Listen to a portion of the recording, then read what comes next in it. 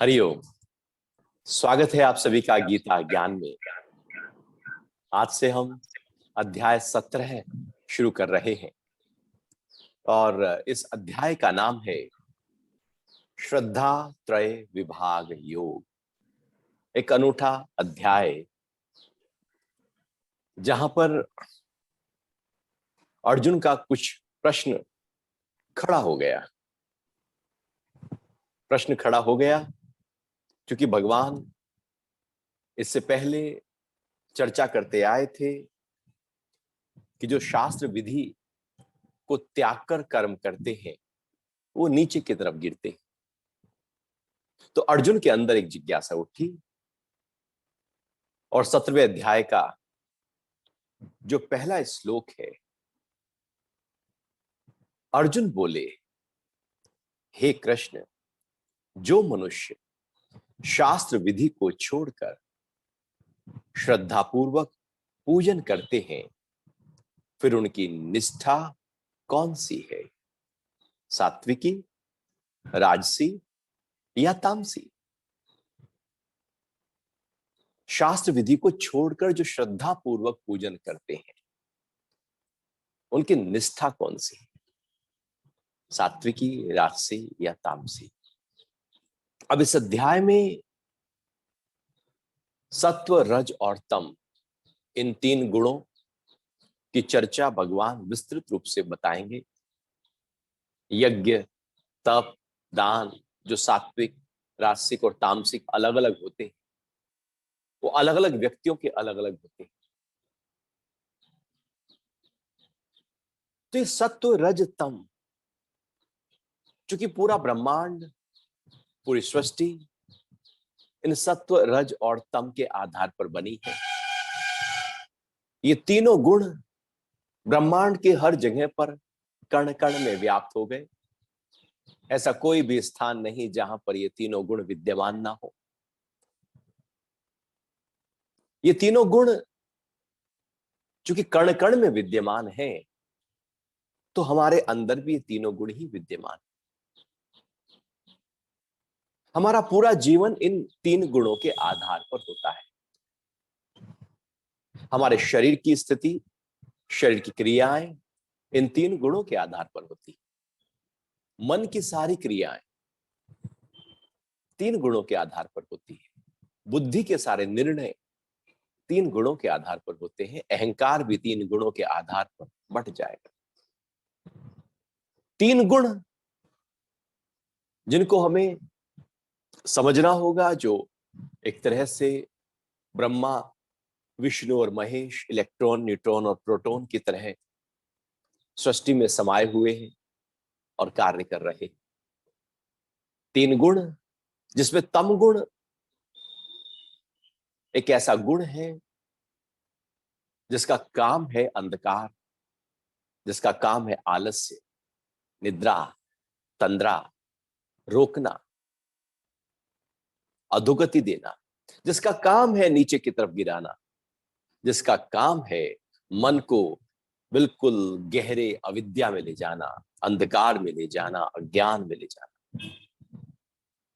इसलिए तमगुण आलस्य और निद्रा का प्रतीक है। हमारी दिनचर्या में हम दिन भर जो काम करते हैं, थक जाते हैं, तो तम गुण ही है जो हमारे अंदर हमें नींद देता है। यदि तम गुण ही ना हो तो नींद आ नहीं सकती। रजोगुण ही बढ़ा हो तो मन दौड़ता ही रहेगा। तो तम गुण नींद देता है, रोकने का कार्य कर रहा है। कोई भी चीज जो गति करती है वो केवल गति ही करती रहे और रुके ना, तो वो अव्यवस्था पैदा हो जाएगी। यहां पर रुकने की क्रिया तमगुण है। यदि हम बाहर देखें तो पेड़ जो है, जो टहनियां हैं, वो नीचे की तरफ झुकने लगती, फल नीचे की तरफ गिरने लगता है। कोई ऊपर से चीज फेंको, नीचे की तरफ आने लगती है। आप ऊपर ढाल पर बैठ जाओ, अपने आप को छोड़ दो, नीचे की तरफ आ जाओगे। ये नीचे की तरफ जो गति है, ये तम गुण के कारण से होती है और ये खुद ब खुद, इसमें कुछ करने की जरूरत नहीं, बस ये आप छोड़ दीजिए चीजों को, ढीला छोड़ दीजिए, वो तमगुण समा जाए। आप कुछ करना बंद कर दीजिए, आप सो जाओगे, आप आलस्य में चले जाओगे। तमगुण चूंकि रोकने का कार्य करता है, ब्रेक की तरह है। साइकिल में आप दौड़े चले जा रहे हैं, पेंडल मार रहे हैं, वो रजगुण है, साइकिल दौड़ी जा रही है। अब साइकिल ना रुके, दौड़ती ही रहे, तो वो तो फिर खतरनाक हो गई। तमगुण अब उसको रोकने का काम करेगा, ठहराने का काम करेगा। मन दौड़ता रहे तो व्यक्ति पागल हो जाए, तमगुण मन को ठहराने का काम करेगा, या यूं कहें कि उसको आलस्य में, निद्रा में, तंद्रा में ले जाने का काम करेगा, और तोड़ देगा लगातार दौड़ते हुए मन की उस श्रृंखला को, उस सिलसिले को। बड़ा महत्वपूर्ण है तमगुण। तीनों गुण ही महत्वपूर्ण है, अपने आप में खूबियां लिए हुए हैं, इसलिए तो वो है। तो तमगुण चूंकि अधोगति की ओर इशारा करता है, बिखरेपन की ओर इशारा करता है, तो मन की वो सारी स्थितियां, अवस्थाएं जहां पर एक बिखरापन पैदा होता है, वो तमगुण के आधार पर होगा। एक चिड़चिड़ापन है, और बिल्कुल उदासी है, हताशा है, निराशा है, डिप्रेशन है, पूरी तरह से बुद्धि जो है वो काम ही नहीं कर रही है, पूरी तरह से क्या बिल्कुल भी काम नहीं करती, जिसको कहते हैं जड़ बुद्धि हो गया है, एक्टिविटी खत्म हो गई उसकी। तो मन के स्तर पर जब तम गुण भारी होता है, तो व्यक्ति जो है वो अधोगति की तरफ जाने लगता है, और जिसके कारण से उसको फिर दुख प्राप्त होने लगते हैं। तमगुण जब मन में छाता है, तो मन में वो जो गति है, सक्रियता है, वो खत्म हो जाती है। तमगुण जब मन में छाता है, तो मन पूरी तरह से अहंकार से भर जाता है, अज्ञान से भर जाता है। तामसिक व्यक्ति अर्थात अब वो हिंसा की तरफ चला जाएगा, अब वो चोरी की तरफ चला जाएगा, अब वो कुकृत्य की तरफ चला जाएगा, अब वो भोग के सबसे निचले स्तर पर पहुंच जाएगा। सबसे निचले स्तर पर पशुवत की तरह जब व्यक्ति जीवन जी रहा हो, तो समझो कि तमगुण बढ़ा हुआ है। और ये मन में तमगुण रहता ही है, कभी भी आ जाता है। हम कभी भी डिप्रेस हो जाते हैं, परेशान हो जाते हैं, सोचने लगते हैं, हमारा मुंह लंबा हो जाता है। अभी तो हम बहुत अच्छी तरह से कार्य कर रहे थे, बैठे बैठे एकदम हम कहते हैं अरे बस छोड़ो। क्या हो जाता है अचानक? ये तमगुण ही है जो भारी होकर हमें भारी कर देता है। तमगुण का वजन सबसे ज्यादा होता है, क्योंकि वो भार है। व्यक्ति यदि तामसिक हो जाए, परेशान हो जाए, मन के स्तर पर डिप्रेस हो जाए, हताश हो जाए, निराश हो जाए, वो क्रोध के गहरे स्तर पर पहुंच जाए, लोभ के गहरे स्तर पर पहुंच जाए, काम वासना के गहरे स्तर पर पहुंच जाए, तो उसकी ऊर्जा पूरी तरह से इम्बैलेंस होने लगती है, और वो अपने आप को भारीपन महसूस करेगा।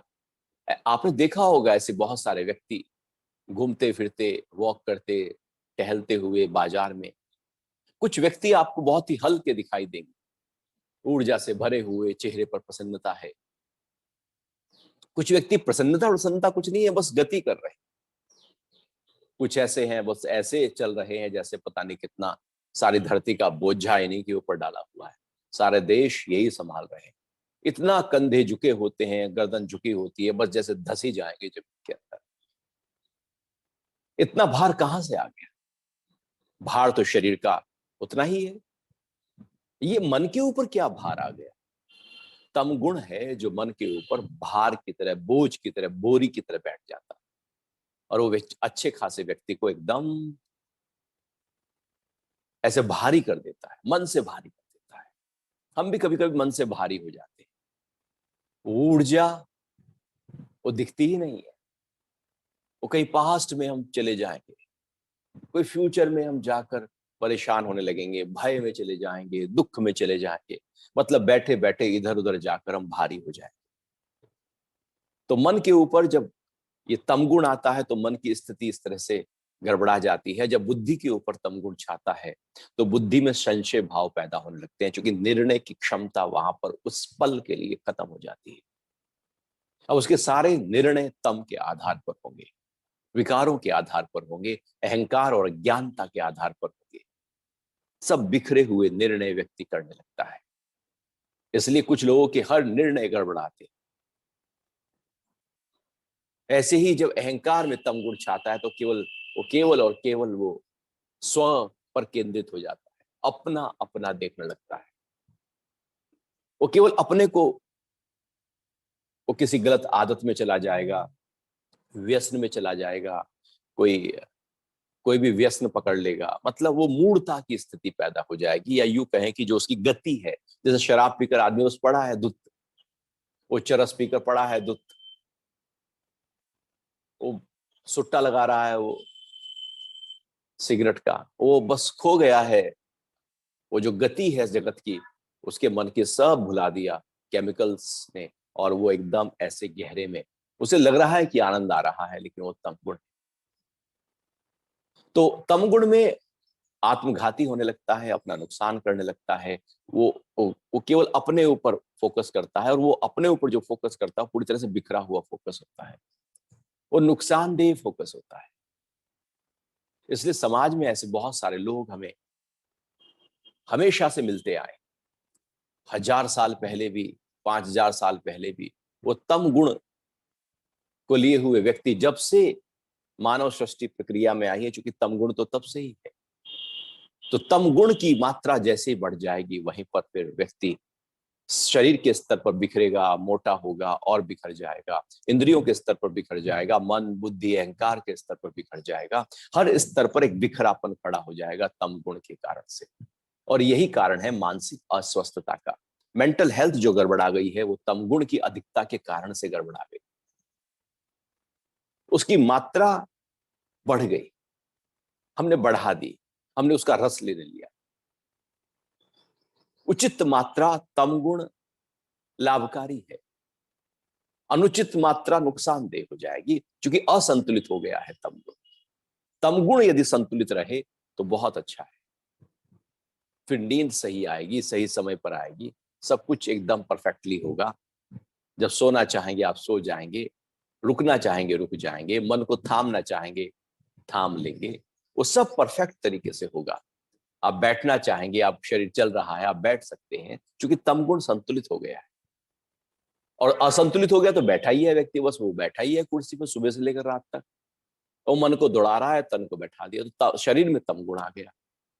तो तमगुण एक सीमा तक तो लाभकारी है, इसलिए प्रकृति का हिस्सा है, लेकिन सीमा से जैसे ही क्रॉस किया तो अब वह हमारे लिए घातक सिद्ध होने लगता है। बुरा नहीं है असंतुलित हो जाना, बुरा है। जैसे खाना बुरा थोड़ी है, आप ज्यादा खा लो तो बुरा हो जाएगा। सोना बुरा थोड़ी है, आप ज्यादा सोए जाओ, आलसी बने रहो, सुबह आंख खुल गई फिर भी सोए रहो। तो वो तमगुण जो है, जब वो अधिक मात्रा में होने लगता है तो वो शरीर को बीमार करेगा। जरूरी था सीमा तक, गैर जरूरी हो गया सीमा से परे होते। ऐसे ही जो रजोगुण है वो भी हमारे लिए बहुत जरूरी है, क्योंकि वो गति दे रहा है। दिन भर की जीवन की सारी गतियां रजोगुण से होती है। हमारी आंख देखती है, दौड़ती है, विषयों की तरफ जाती है, कान सुनते हैं, हम बोलते हैं, सारी गति होती है। सुबह से लेकर रात तक हम सब एक्टिविटी एक्टिविटी एक्टिविटी करते रहते हैं, कुछ ना कुछ करते रहते हैं। मन भी दौड़ रहा है, बुद्धि भी कुछ निर्णय में लगी हुई है, शरीर भी कुछ वॉक कर रहा है, चल रहा है, एक्सरसाइज कर रहा है। ये जो एक्टिविटी है ये रजोगुण से होती है। यदि एक्टिविटी ना हो तो फिर तो गड़बड़ा गया मामला। तो जीवन जो चलता है वो रजोगुण की गति के आधार पर चल रहा है। जीवन की जीवंतता रजोगुण के आधार पर हमको नयापन देती रहती है। इतने सारे ख्याल मन के स्तर पर जो छाते हैं वो भी रजोगुण के आधार पर ख्याल छाते रहते हैं। तो रजोगुण भी जरूरी है, गति जरूरी है, और तमोगुण भी जरूरी है। दोनों ही बहुत जरूरी है। एक व्यवस्था के अनुसार दोनों का होना बहुत जरूरी है। लेकिन इनका संतुलित दोनों का संतुलन ही सतोगुण है। तम का प्रयोग कितना और रज का प्रयोग कितना, जब ये आ गया तो समझो कि सतोगुण व्यवस्थित हो गया। दोनों का संतुलन हो जाना, ये बहुत ही होश है, ये बारीकी है जीवन में, कि ना इधर रजोगुण ज्यादा है ना तमोगुण ज्यादा है, ना रजोगुण कम है ना तमोगुण कम है, जितना चाहिए उतना उतना है। परफेक्टली, एकदम परफेक्ट मेजरमेंट होता है ना। और ये कपड़ा ना ढीला है ना बहुत टाइट है, परफेक्ट आया है, एकदम फिटिंग बहुत अच्छी आई है। भोजन भी बिल्कुल मिर्च जितनी चाहिए उतनी है, नमक जितना चाहिए उतना है, तीखापन जितना चाहिए, मसाले जितने चाहिए उतना है। मिठाई में भी ज्यादा मीठा नहीं है कि लड्डू बना दिए बिल्कुल मीठे ही मीठे, एकदम परफेक्ट हर जगह।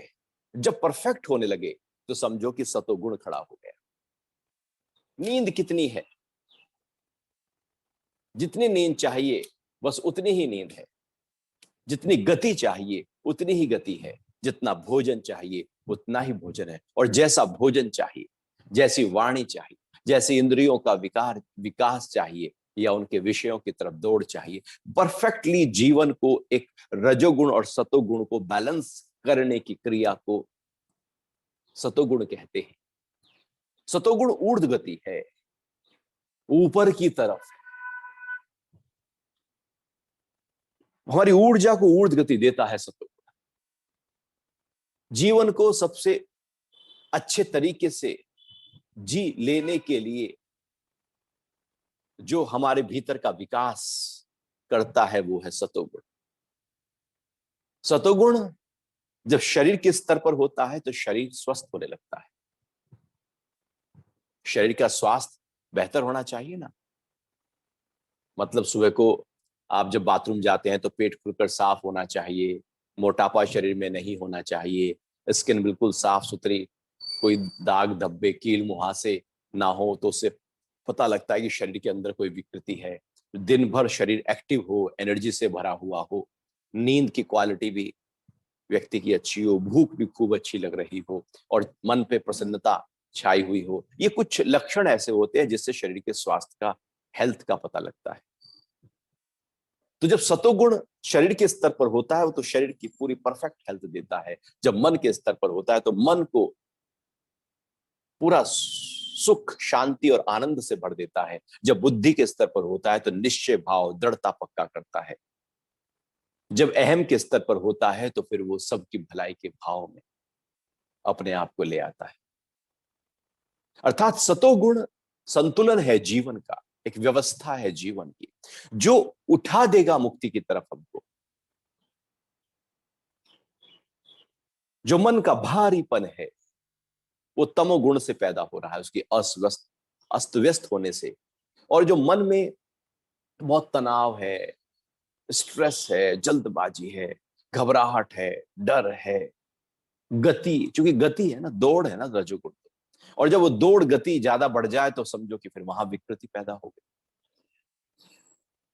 सतोगुण देखता है कि कितनी गति चाहिए, मन में कितनी विचारों की गति चाहिए, वो थाम देगा। इसलिए साक्षी होकर हम विचारों को थाम लेते हैं। शरीर को कितनी गति चाहिए, यूं नहीं कि चले ही जा रहे हैं और घुटनों में दर्द कर लिया, एड़ी में दर्द कर लिया, कमर में दर्द कर लिया, बिल्कुल भी नहीं। तो सतोगुण बता देगा कितना वॉक करना है, कितनी एक्सरसाइज करनी, कितना खाना खाना, कितना कितना सब कुछ दिन भर सारे कर्म करने हैं। जब सतोगुण सजग होता है तो वो हमको बताता रहता है।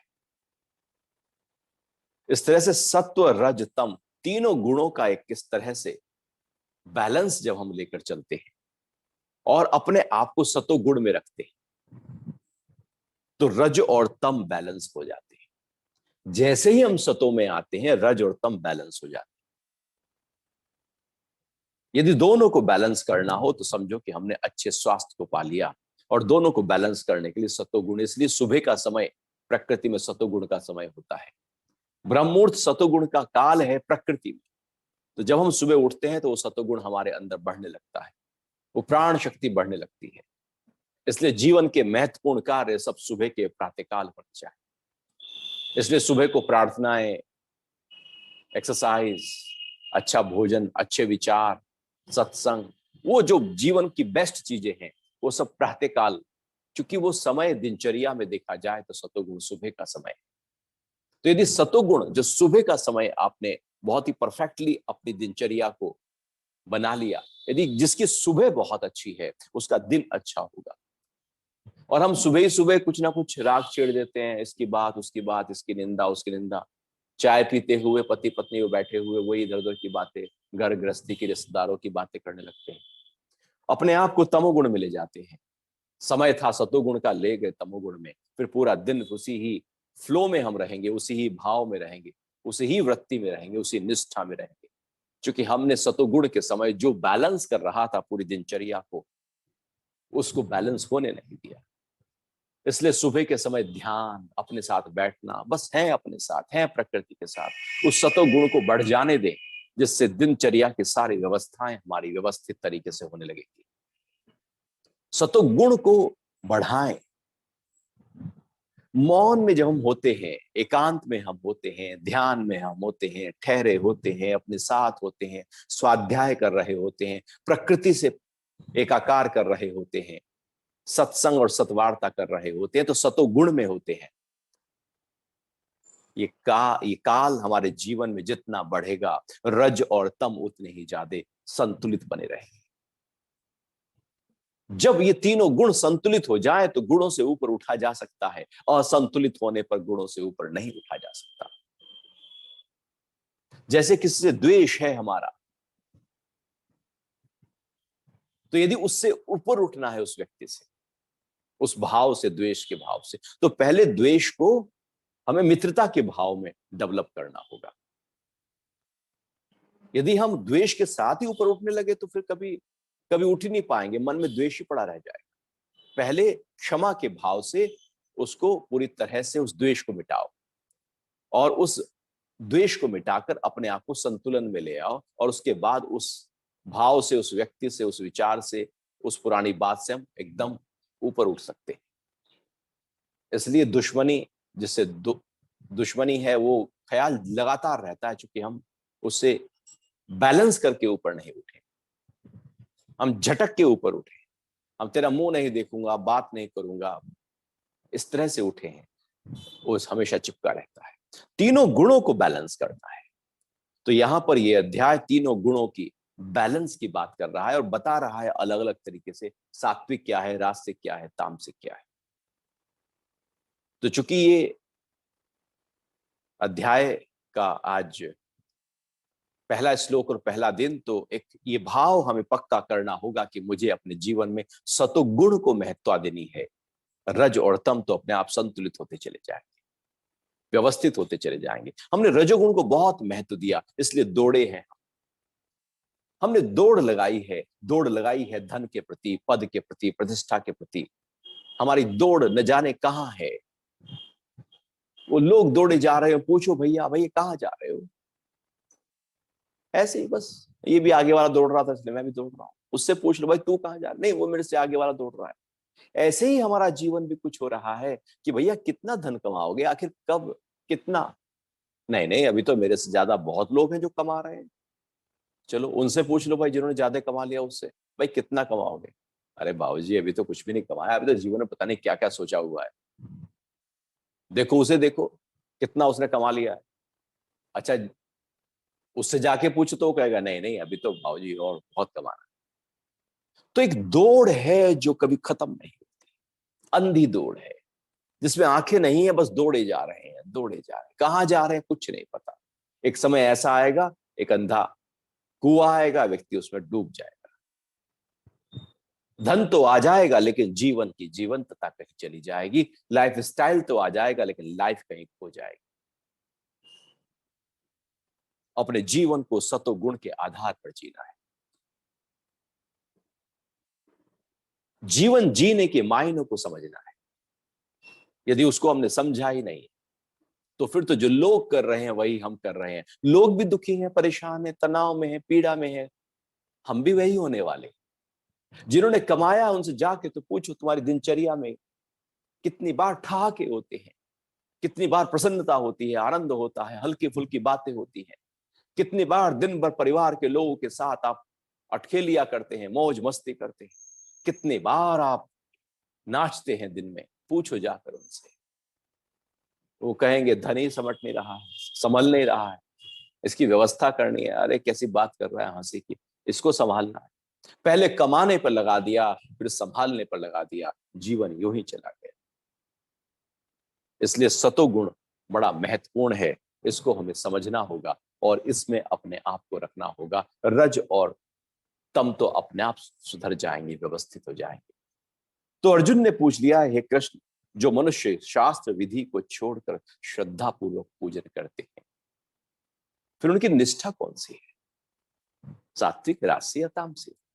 अर्जुन के प्रश्न अब बहुत गहरे प्रश्न हैं, जिज्ञासु वाले प्रश्न हैं। यूं ही नहीं है, हम तो अक्सर पढ़े पढ़ाए सुने सुनाए प्रश्न करते हैं, अंदर से जो उठे, गहरे से जो उठे, वो प्रश्न कहलाता है। जो सीख कर बोला वो प्रश्न नहीं है, क्योंकि वो मेरा है ही नहीं। प्रश्न यदि मेरा नहीं तो प्रश्न का उत्तर भी बेकार है, उस उत्तर को पाने की जरूरत भी नहीं, क्योंकि वो उत्तर आएगा भी, क्योंकि प्रश्न आपका नहीं था तो समाधान आपका हो नहीं सकता। प्रश्न अर्जुन के हैं, गहरे हैं और बहुत ही ज्ञान सहित हो रहे। कह रहा है कि यदि कोई शास्त्र विधि को त्याग कर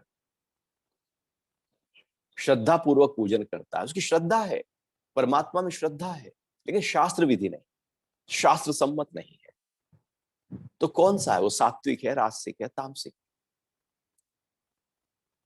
तो भगवान कह रहे हैं कि दूसरा श्लोक है, देहधारियों की श्रद्धा उनके स्वभाव से उत्पन्न होने के कारण सात्विकी, राजसी और तामसी 3 प्रकार की होती है, उसको तू मुझसे सुन। अभी जो सत्व गुण बढ़ा है अंदर, उस समय जो श्रद्धा पैदा हो रही है वो सात्विक श्रद्धा है। रजोगुण बढ़ा होने पर राजसिक है और तमोगुण बढ़ा होने पर तामसिक है। और ये 3 गुण ही है जो कभी ये बढ़ा है कभी वो बढ़ा है, पेंडुलम की तरह। रज और तम में ही हम झूलते रहते हैं। सत्य तो जैसे तराजू का पलड़ा है और पलड़े के तराजू है, उसके 2 पलड़े हैं और बीच में संतुलन की डंडी है। एक सत्व है, एक रज है और संतुलन की डंडी, एक तम है, एक रज है और संतुलन की डंडी सत्य है। तो यदि बैलेंस हो गए, जो बचा वो सत्य बचा। तो व्यक्ति के अंदर फिर 3 ही रहेंगे। हमारे अंदर भी दिन भर आप देखना, कभी कभी सत्वगुण बढ़ा होगा, मतलब कोई बिल्कुल पूरी तरह से जीवन संतुलित होगा, कभी रजोगुण में हम बहुत गति कर रहे होंगे और कभी बिल्कुल आलसी होकर, मूड होकर, अज्ञानी की तरह बिल्कुल डिप्रेस, निराश, हताश, चोरी चकारी, हिंसा, झूठ बोलना, उसमें हम गति कर रहे होंगे। तो कभी तमोगुण बढ़ा होगा हमारा, कभी केवल अपने अपने अपने भले के लिए बात कर रहे होंगे, तो तमोगुण बढ़ा है। तो जब वहां श्रद्धा पैदा होगी परमात्मा के लिए, ऐसा व्यक्ति जब श्रद्धा पैदा करेगा तो तमगुण के आधार पर श्रद्धा होगी। वो परमात्मा से भी यदि कुछ मांगेगा तो वो यही कहेगा कि मेरी नींद बढ़ा दो, आलस्य बढ़ा दो, मेरा वो चोरी करने में परफेक्शन दे दो, वो झूठ बोलने में परफेक्शन दे दो, वो झूठ ना पकड़ा जाए। वो केवल तमगुण के आधार पर ही बात करेगा। वो निराशा, हताश, दुखी व्यक्ति क्या बात करेगा, क्या परमात्मा से मांगेगा? तो तमगुण के आधार पर जब हम परमात्मा का पूजन करते हैं तो वृत्ति ही वैसी है, तो उससे ऊपर नहीं उठ सकते। फिर रजोगुण के आधार पर हमें धन चाहिए, हमें पद चाहिए, हमें गति चाहिए, हमें बहुत आगे बढ़ना है, पता नहीं कहाँ जाना है, ये तो खैर किसी को नहीं पता जाना कहाँ है। कोई लिख के भी नहीं रखता कि आखिर मुझे धन कितना कमाना।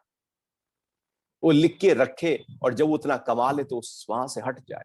लेकिन हम तो लगे पड़े हैं आंधी दौड़, बड़े बड़े बड़े बड़े भी निकल गए हैं यहां से। उसकी एक सीमा होती है। जीवन बहुत कुछ है, धन बिल्कुल ना कुछ की तरह महत्वपूर्ण है एक सीमा तक, उसके बाद जीवन महत्वपूर्ण हो जाता है।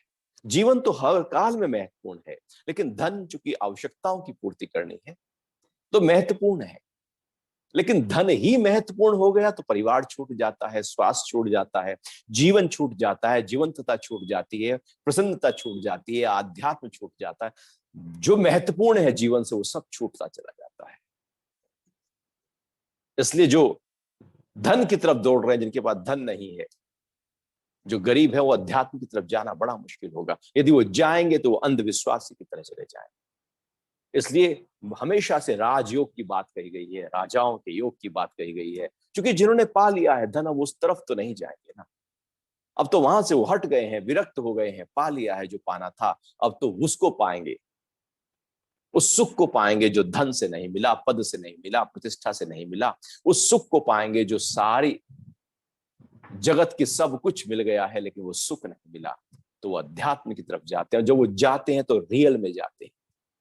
बाकी बाकी व्यक्ति जाता है तो वो तो अध्यात्म में भी धन की ही बात करेगा, वो तो पद की ही बात करेगा।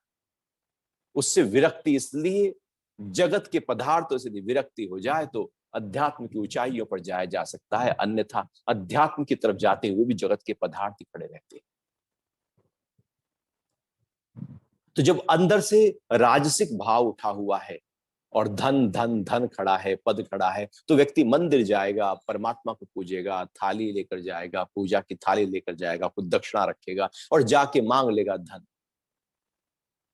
मांग लेगा पद, क्योंकि वो राजसिक भाव से गया है।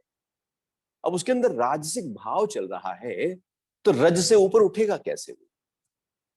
वो तो केवल और केवल मांगेगा धन। अक्सर हम यूं ही करते हैं, वो राजसिक श्रद्धा है हमारा, हमारा पूजन राजसिक आधार पर हो रहा है। या जो पूरी तरह से जीवन में संतुलित है तो उसके अंदर सात्विक भाव पैदा हो गया है। अब वो सात्विक स्थिति से पूजा करेगा, वो कुछ मांगेगा नहीं, वो धन्यवाद करेगा परमात्मा का, हे परमात्मा तेरा धन्यवाद, बहुत कुछ दिया है, सब दिया ही तो है, सब कुछ मिला है, ये हवाएं मिली हैं, ये पानी मिला है, ये आकाश मिला, ये धरती मिली, ये कपड़े मिल गए, ये घर मिल गया, औरतें ने इतने अच्छे संबंध दे दिए, सब दिया तो है, कार्य भी दिया है, धन भी है, छोटा है, बड़ा है, कम है, ज्यादा है तो कुछ ना कुछ तो है ही ना। ऐसा तो नहीं कि बिल्कुल भी नहीं है। यदि कुछ भी नहीं है बाहर का तो ये शरीर तो है ही ना, महत्वपूर्ण है शरीर, इसका स्वास्थ्य दिया है, मन तो दिया है ना, बिखरा हुआ तो नहीं है ना, पागल तो नहीं है ना, बुद्धि तो है ना, सब कुछ है। तो वो सात्विक व्यक्ति कहेगा वाह परमात्मा तेरा धन्यवाद है, वो धन्यवाद करेगा परमात्मा का जाकर। रजोगुण वाला कुछ मांग लेगा और तमोगुण वाला तो उस यदि वो करेगा भी तो मूढ़ता के साथ ही पूजा करेगा।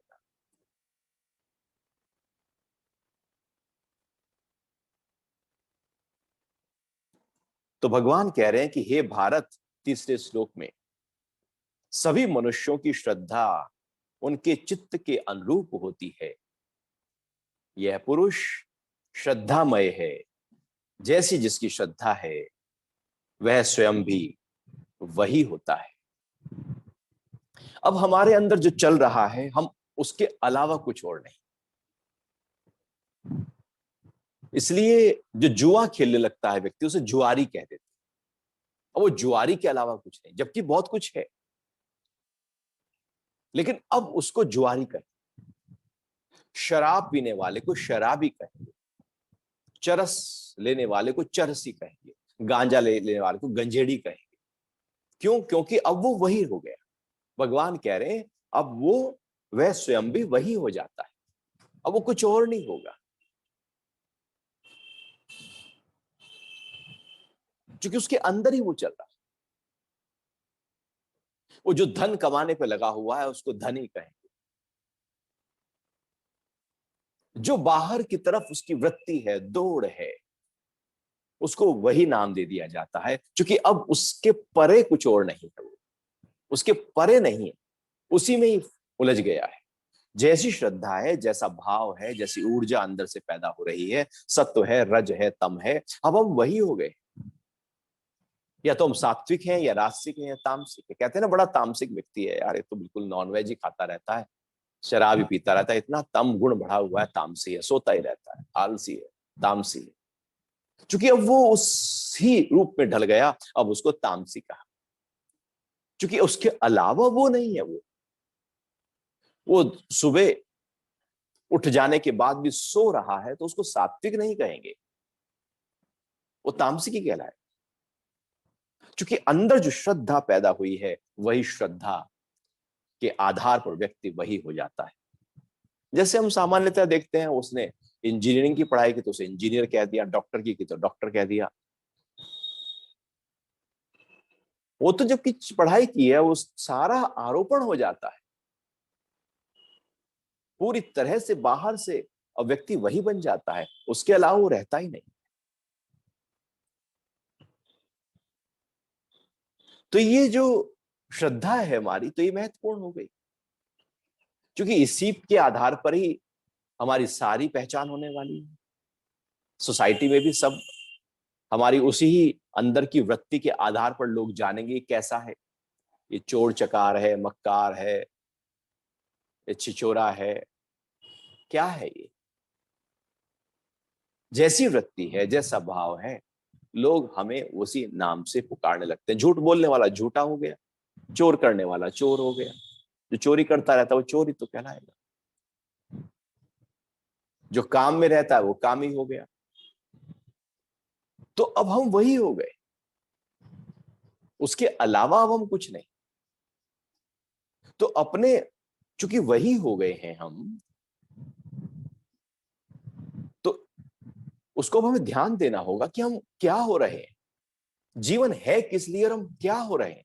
हम शराब पी पी के अपने आप को शराबी कर रहे हैं, लीवर को खराब कर रहे हैं, सिस्टम को खराब कर रहे हैं। तो क्या करना चाहते हैं इस जीवन के साथ? इतना तमगुण, कोई झंझोड़ने वाला नहीं, कोई हिलाने वाला नहीं, क्योंकि जो हिलाने वाले हैं वो डर रहे हैं। तमगुण इतना छा जाता है कि व्यक्ति पूरी तरह से तामसी हो जाता है, और तमगुण फिर इतना छा जाता है कि जो तमगुण से बाहर निकालने वाले लोग हैं, उनसे द्वेष कर बैठता है। इसलिए शराबी को शराब पीने से मना करो, दुश्मनी मोल ले लोगे। इसलिए शराबियों के घरों में घर वाले जो हैं वो उनके दुश्मन बने रहते हैं। जुआरी को जुआ खेलने से मना करो, घर वाले सारे दुश्मन बने रहेंगे। इसलिए तो ऐसे जो व्यसन करते हैं लोग, उनके घरों में तकरार होती है, झगड़े होते हैं। और झगड़े इसी बात के हैं, एक उसमें पूरी तरह से डूबा पड़ा है और एक उसको निकालना चाह रहा है, एक रस्साकसी है, कश्मकश है, एक विरोध की अवस्था लगातार खड़ी है। तो हमें देखना होगा कि हम अपने जीवन के साथ क्या करना चाहते हैं। जो हम सोचते हैं, जैसी वृत्ति होती है, जैसे कर्म होते हैं, वैसे ही हम होने वाले हैं। इसलिए तो हम अच्छी पढ़ाई करते हैं, जिससे हमारे ऊपर एक डॉक्टर का ठप्पा लग जाए, इंजीनियर का ठप्पा लग जाए, या एक बिजनेसमैन का ठप्पा लग जाए, कुछ ऐसा लग जाए जो अच्छा लगे। लोग नेता बनना चाहते हैं क्योंकि उसके ऊपर ठप्पा लग जाए, राजनेता है। कुछ ऐसा करना चाहते हैं कि लोग हमको अच्छी नजरों से देखें। हम लगे हैं उसी में, अपने लिए नहीं बल्कि लोग क्या कहें उसके लिए हम जी रहे। इसलिए अपने अंदर अंधकार भरा होता है और केवल लोगों की परवाह कर रहे होते हैं। सात्विक व्यक्ति लोगों की परवाह नहीं करता, क्योंकि वो संतुलन में खड़ा है। वो जो कर रहा है वो उचित ही होगा, वो सर्वश्रेष्ठ होगा, उससे बेहतर कुछ हो नहीं सकता, क्योंकि उसने संतुलन को साध लिया है, सम्यकता को साध लिया है, उसने मध्यम मार्ग और युक्त अवस्था को पकड़ लिया है, बैलेंस हो गया है। अब कुछ भी शब्द, कोई भी कर्म उसका ना गलत होगा, ना अव्यवस्थित होगा, ना कम ज्यादा होगा। तो जो हम करते हैं, जो वृत्ति है, जो श्रद्धा है, सात्विक राजसिक तामसिक, हम वही होने वाले हैं। तो क्यों ना अपने उस होने को ही ठीक कर लो, अपनी उस वृत्ति को ध्यान दो। और योग के सारे अभ्यास क्या कर रहे हैं, हमें उस तम गुण की इम्बैलेंस स्थिति से बाहर निकाल रहे हैं। रजोगुण का जो इम्बैलेंस है वो भी उससे बाहर निकाल रहे हैं और सतोगुण की तरफ लेकर जा रहे हैं। जैसे एक ट्रायंगल होता है, त्रिकोण होता है, ऊपर टॉप पर जो कोना है वो सतोगुण की तरह है। तो योग के सारे अभ्यास, प्रार्थनाएं, ध्यान, प्राणायाम के अभ्यास, समरसता, अहिंसा का भाव, सत्य का भाव, चोरी न करने का भाव, ब्रह्मचर्य का भाव, अपरिग्रह का भाव, ये शौच, संतोष, तप, स्व का अध्ययन, ईश्वर के प्रति प्रार्थना का भाव, ये सब सतोगुण को बढ़ाने की प्रक्रिया है। और योग इन्हीं पे बल दे रहा है, आप इन पर जाओ, सतोगुण बढ़ने लगेगा। और यदि सतोगुण बढ़ गया तो बैलेंस हो गया पूरा जीवन। अन्यथा इम्बैलेंस जीवन तनाव में, थकान में, निराश में, हताश में, दुखी और भय में निकल जाता है। क्या जीवन दुख के साथ जी जाने के लिए मिला है? क्या शराब में अपने आप को झोंक देने के लिए मिला है? क्या जुआ खेल लेने के लिए मिला है? क्या पूरी तरह से क्रोध कर लेने के लिए मिला है? क्या झूठ बोलने के लिए मिला है? उससे होगा क्या? आखिर आज तक इतना क्रोध किया, मिला क्या? आज तक इतना शराब पिया, हुआ क्या? उस समय का मजा है, लेकिन है तो सजा। उतना यदि गुणगान किया होता तो स्थिति कुछ और होती, जीवन कुछ और ऊंचे स्तर पर। जैसे बिल्डिंग के सबसे ऊंचे स्तर पर आप रह रहे हो तो दूर दूर तक का जो दृश्य है वो दिख रहा है आपको। पहाड़ी की चोटी पर चढ़कर आप दूर एकदम विशालता में अपने आप को ले आते हैं। इसलिए पहाड़ अच्छे लगते हैं, क्योंकि वहां दूर दूर तक कुछ नहीं, विशाल हो जाते हैं आप। क्योंकि हम विशाल हैं, वो पहाड़ी एक सहायता देती है उस विशालता तक हमें ले जाने के लिए। समुद्र के पास जाकर अच्छा लगता है क्योंकि वो विशालता देते हैं। आकाश को देखकर अच्छा लगता है क्योंकि विशालता देते हैं। ये विशालता सत्वगुण के आधार पर पैदा होती है। तो इसलिए अपने जीवन को बड़े संभाल कर जियो, अपनी वृत्ति को, अपनी श्रद्धा को व्यवस्थित करो, क्योंकि भगवान कह रहे हैं, हे भारत, सभी मनुष्यों की श्रद्धा उसके चित्त के अनुरूप होती है। यह मनुष्य श्रद्धामय है। रज, तम और सत्व, ये तीन, ये जो त्रिपुटी है, ये जो तीन है, इनसे जुड़ा हुआ है, इसके अलावा नहीं, इस सहित है। जैसी जिसकी श्रद्धा है वह स्वयं भी वही होता है और कुछ भी नहीं होता। तो इसलिए अपनी श्रद्धा को ठीक कर लो, हम वैसे ही हो जाएंगे। मन को साध लो, मुनि हो जाएंगे। शरीर को साध लो, हम स्वस्थ हो जाएंगे। अपनी ऊर्जा को व्यवस्थित कर लो, हम सिद्ध हो जाएंगे। जो कर रहे हो वही ठप्पा लग रहा है, वही बन रहे हो। तो वो करो जो सबसे ऊंचा हो। जो निचला स्तर है वो क्यों करें? उसके लिए तो बहुत लोग हैं, वो उसी में लगे हुए हैं, उससे निकल ही नहीं पा रहे हैं। इस तरह से 17वें अध्याय के 3 श्लोक आज हुए। फिर भगवान और आगे अब चर्चा शुरू करेंगे सात्विक, राजसिक और तामसिक 3 गुणों की। अभी समय है थोड़े से प्राणायाम का, थोड़ा ध्यान के अभ्यास किया। तो एक बार जरा खड़े हो जाते हैं, बहुत देर हो गई बैठे बैठे। खड़े हो जाएं।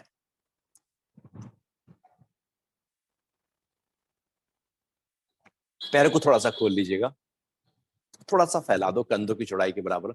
दोनों हाथों को साथ में साइड में ले जाओ, मुट्ठियों को बांधो और जरा घुमाओ अपने हाथों को गोल गोल।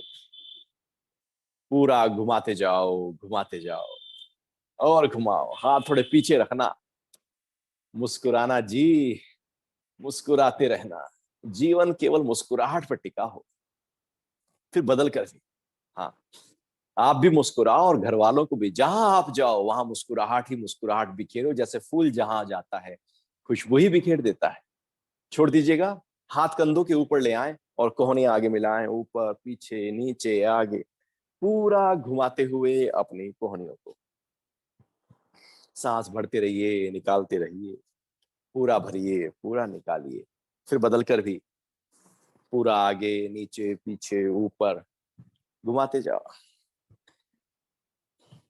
मुस्कुराहट को चेक करते रहना भैया। अंगुलियां फंसा लो, हाथों को सिर के पीछे ले जाओ, एक तरफ पूरा खींचो, पूरा खींच लीजिएगा। कंधे पर खिंचाव, हाथ उठाकर दूसरी तरफ खींच लीजिए। पूरा खींचे, यहाँ रोकें, फिर दूसरी तरफ पूरा खींच लें, रोक दें और फिर से बदल कर खींचें और रोक।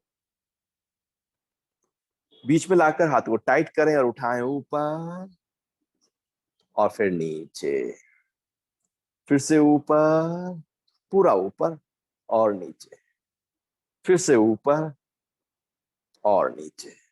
धीरे से हाथों को नीचे ले आइए। जरा कंधों को ऊपर नीचे पीछे आगे गोल गोल घुमा लीजिए जरा। सांस पूरा भरो, निकालो, फिर बदल कर दी। जी। अब जरा पैरों को मिला लीजिएगा और करते हैं ताड़ासन। अंगुलियां फंसा लें, हथेलियां पलटें, सांस भरें और धीरे से उठाएं अपने शरीर को पूरा ऊपर की तरफ खींच लें। लगातार खिंचा हुआ शरीर, हाथ थोड़े पीछे, एड़ियां भी उठा दो, मुस्कुराते रहना। हाँ, और खींचो, और खींचो, जितना खिंचाव पड़े मुस्कुराहट उतनी ही बढ़े। विपरीत परिस्थितियां जब जगी हो ना जीवन में, तब अपनी उस संतुलितता को कभी ना छोड़ना, खींच के रखो और फिर धीरे से हाथों को नीचे ले आइए। पैरों को थोड़ा खोल ली, हाथों को पीछे पकड़ लीजिएगा, कमर के पीछे, और थोड़ी कमर को मोड़ दो पीछे। सिर मोड़ दो, कमर मोड़ दो, थोड़ा सा मोड़ कर रखो। गले पर खिंचाव पड़ने दो, कंधे पीछे चले गए, लंग्स फैल गए। धीरे से वापस। जो दिन भर झुककर चलते हैं, गर्दन झुकाकर रखते हैं, दिन भर झुककर ही काम करते रहते हैं, उनका पोस्चर गड़बड़ा जाता है। ये आसन हमारे पोस्चर को ठीक करेगा।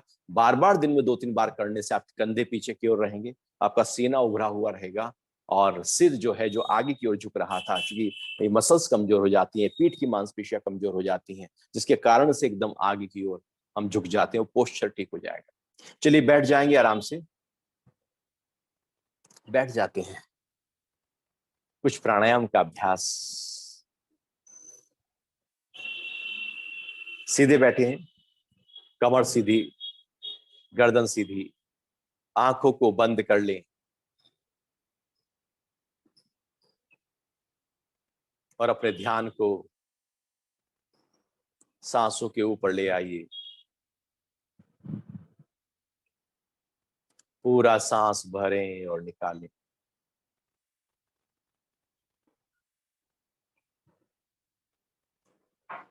जितना भर सकते हैं सांस भर लीजिए और फिर पूरा निकाल दीजिए।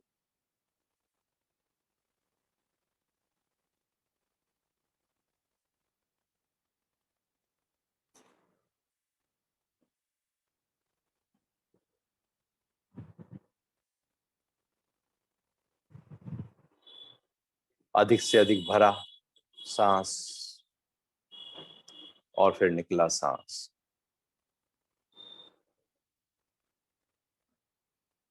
करते हैं अनुलोम विलोम प्राणायाम। सीधे हाथ की प्राणायाम मुद्रा बनाकर नाक पर ले जाएं, राइट नोस्ट्रिल को बंद करें, लेफ्ट से श्वास निकाल दें बाहर, फिर लेफ्ट से भरें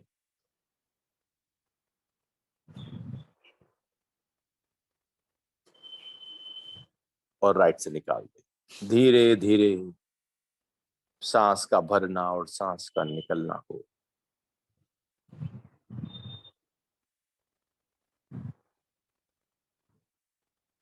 जितना श्वास ज्यादा भर सकें भर लें और फिर धीरे धीरे सांस को निकाल दें।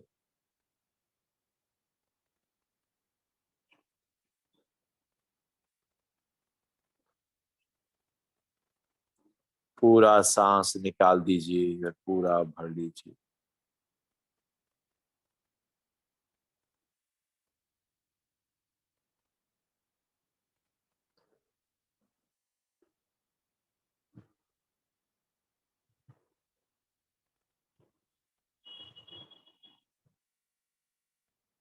बार बार ध्यान सांसों पर रखते हुए सांस का भरना और सांस का निकलना हो रहा है। मन में ये भाव है कि जो भी मंगल है, शुभ है, वो मेरे भीतर प्रवेश कर रहा है। जो अमंगल है, अशुभ है, विषाक्त है, विजातीय है, वो सब बाहर निकल रहा है। स्वास्थ्य बढ़ रहा है और विकृति दूर हो रही है। एक दृढ़ संकल्प हो स्वस्थ होने का। ये संकल्प हमारे स्वास्थ्य को बेहतर कर देगा। जब डर होता है कि ये बीमारी ना हो जाए, वो ना हो जाए, तो बीमारी बढ़ने लगती है। जब स्वास्थ्य का संकल्प पड़ता है तो बीमारी दूर होने लगती है।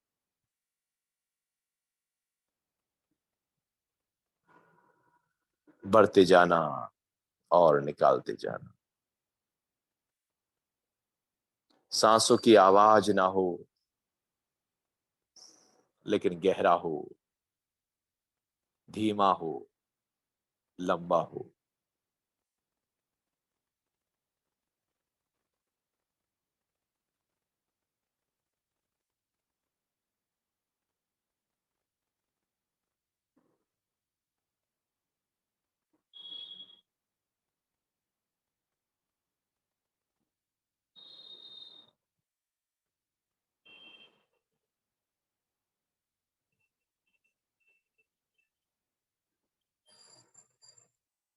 मन को तनाव मुक्त करने में, मन की जल्दबाजी, घबराहट, दौड़, ख्यालों की जमावड़ा दूर कर देगा। तमोगुण की जो वृद्धि रहती है, आलस्य रहती है, थकान रहती है, ऊर्जा की कमी अनुभव होने लगती है, क्रोध, झूठ और असत्य की तरफ हम जाते हैं, उसको भी यह अभ्यास दूर करेगा। चूंकि सतोगुण को बढ़ा रहा है, संतुलित कर रहा है तीनों गुणों को। एक से भरा, दूसरे से निकला, फिर दूसरे से भरा और पहले से निकाल दिया। अंत में राइट से भरकर लेफ्ट से निकाल दीजिए। हाथ को नीचे ले आए, मुस्कुराता हुआ चेहरा है, शांत भाव है। मानो मन अमन हो गया, ठहर गया। करेंगे उज्जाई प्राणायाम। सांस जब भरें तो गले की मांसपेशियों को टाइट कर लेना, सांस पूरा भरते जाना एक घर्षण से, उसके बाद लेफ्ट नोस्ट्रल से श्वास को निकालना होगा। यह अभ्यास लगातार बार बार करेंगे। यह अभ्यास हमारे फेफड़ों के लिए, हृदय के लिए, थायराइड पैराथायराइड के लिए और स्वर को मधुर करने के लिए बहुत अच्छा है। तो सीधे बैठे हैं, कमर सीधी, गर्दन सीधी, सांस निकाल दो। अब श्वास भरते हैं,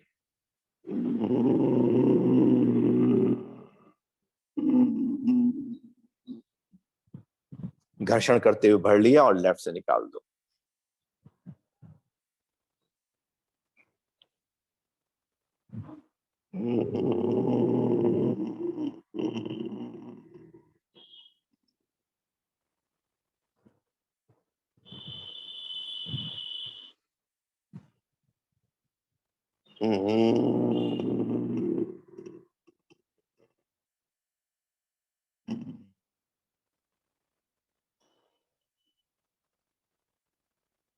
बार बार करते रहो, घर्षण हो।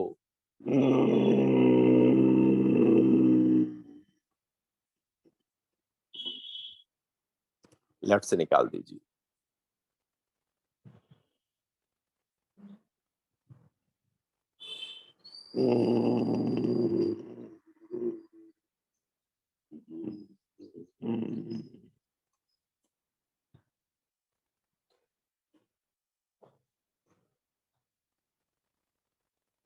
एक बार और।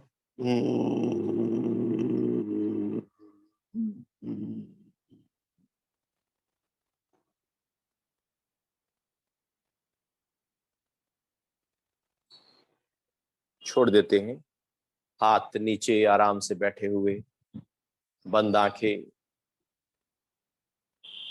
फिर से पूरा सांस भरें और निकालें, जितना भर सकते हैं भर लें और फिर पूरा निकाल दें।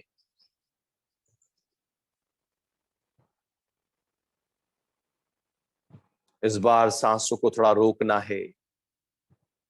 सांस भरें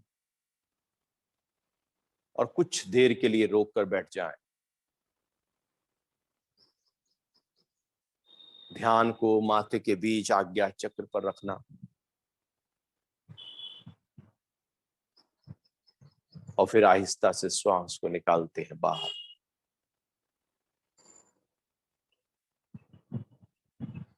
फिर भर लें।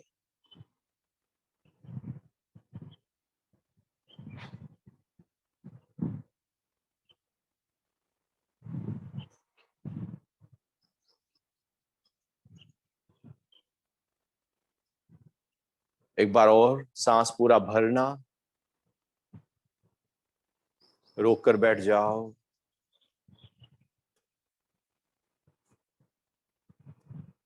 और फिर आहिस्ता आहिस्ता निकाल देना सांस को बाहर। करेंगे भ्रामरी प्राणायाम। अंगूठों से कान बंद किया, तर्जनी उंगली को आंख पर रखा, मध्यमा को नाक पर, कनिष्ठिका और अनामिका को होठ के ऊपर नीचे ऊपर रखा। दबाएं थोड़ा सा, सांस भरे पूरा।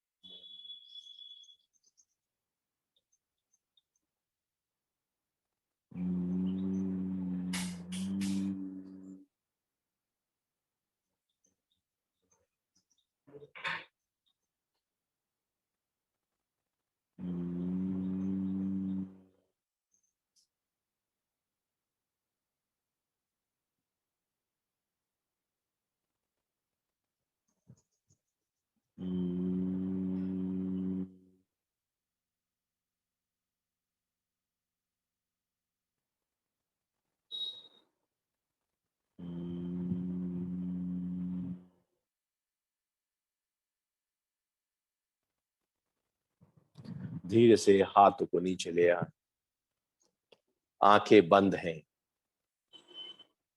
और बैठे रहे आराम से। ठहर जाएं।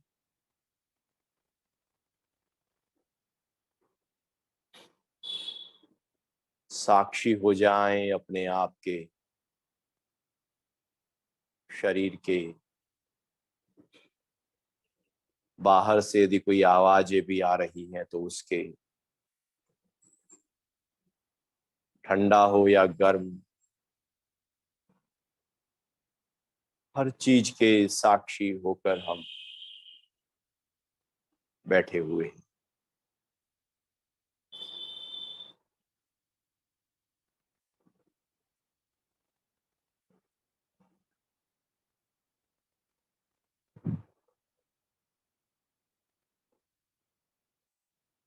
विचार यदि आए तो कोई विरोध ना करना, चला जाएगा।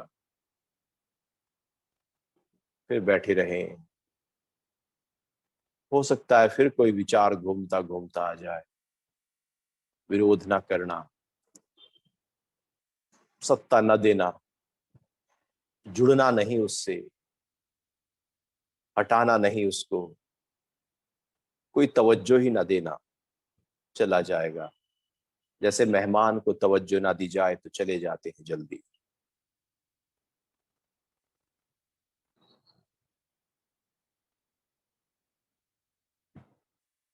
शांत भाव करते हैं ओम का जाप। सांस भर लीजिए। ओ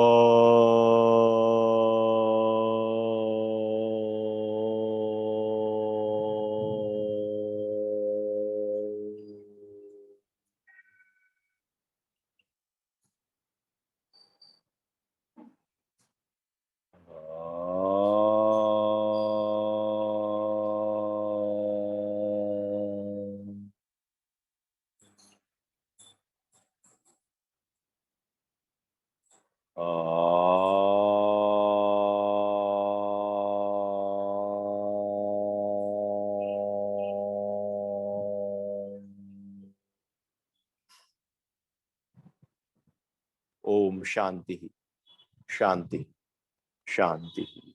हथेलियां रगड़ लेते हैं, गर्म कर लें, आंखों के ऊपर रख लें, ढक लें, हथेलियां हटा लेते हैं, आंखें खोल लेते हैं। हरिओम। आज के लिए इतना है।